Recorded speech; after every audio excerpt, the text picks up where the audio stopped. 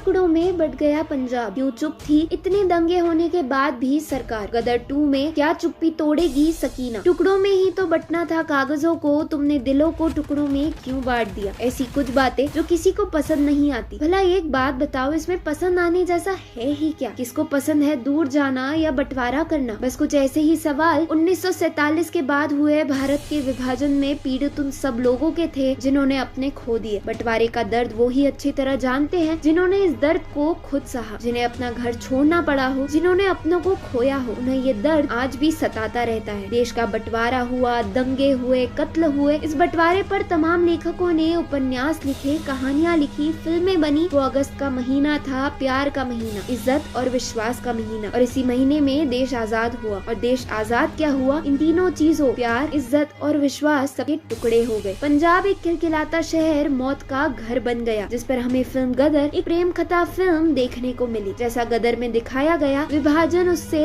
कहीं ज्यादा भयानक था। आपको बता दे कि विभाजन का अनुभव पंजाब में बहुत ही शक्तिशाली लेखन काम में आया। कविता, कहानी, नॉवेल, फिल्म, पेंटिंग, बहुत से तरीकों से हिंदी, उर्दू, पंजाबी और अंग्रेजी साहित्यकारों ने पंजाब विभाजन के अनुभव के बारे में रचना की। इससे संबंधित बहुत सारे मौखिक हिस्ट्री प्रोजेक्ट्स भी शुरू किए गए। विभाजन के दौरान औरत के साथ की गई वहशियत और इस वहशीपन के बाद भी औरत की जिंदा रहने की इच्छा शक्ति, इस तकलीफ देह पहलू के अनेक रचनाओं और फिल्मों को जन्म दिया। मंटो की कहानी खोल दो की पात्र सकीना महीनों तक बलात्कार की शिकार होती हुई अधमरी हो जाती है और बेहोशी के आलम में उसको एक ही आवाज सुनाई देती है, खोल दो। उसके बूढ़े बाप की खुशी से चिल्लाना, जिंदा है मेरी बच्ची जिंदा है। हैवानियत की मार और जिंदा रहने की कामना और बूढ़े बाप का अपनी बच्ची के लिए रोना चिल्लाना, ऐसे दिल पसीज देने वाली कहानी को गदर में दिखाया गया। हालांकि उसको फिल्मी रूप देने के लिए कई बदलाव भी किए गए। विभाजन का अनुभव एक तरह से प्रलय आ जाने जैसा था। सब कुछ अजीब तरीके से उलट पुलट हो गया था। एक क्षेत्र में मानवीयता की बुनियाद हिल गई थी। न सिर्फ इंसान और चीजें ही अपनी जगह से हिल गई थी, बल्कि समाज में ठीक और गलत की पहचान भी सर के बल खड़ी हो गई थी। कत्ल और लूट आम बात थी। इंसानियत की आवाज को बड़ा नावाजीब और गैर कुदरती समझा जाता था। जो अच्छे घर के पुरुष थे वो कातिल बन गए थे। चोर, डाकू, पागल और झल्ले लोगों में इंसानियत जाग पड़ी थी। बहुत ही भयानक होगा वो मंजर जब जिंदगी भी जिंदगी की भीख मांग रही होगी। गदर देखने के बाद ये तो पता लग गया था कि पंजाब बिखर गया था, रिश्ते टूट गए थे और अपने छूट गए थे। लेकिन ये सब हुआ कैसे? किसकी गलती थी? क्यों करना पड़ा था विभाजन? जो चीज आराम से हो सकती थी, क्यों हुए उसके लिए कत्लेआम? फिर भी क्यों चुप थी सरकार? इन सब के जवाब हमें मिलेंगे गदर के पार्ट 2 में। जी हाँ दोस्तों, आ रही है गदर 2, जिसमें सनी और अमीषा एक बार फिर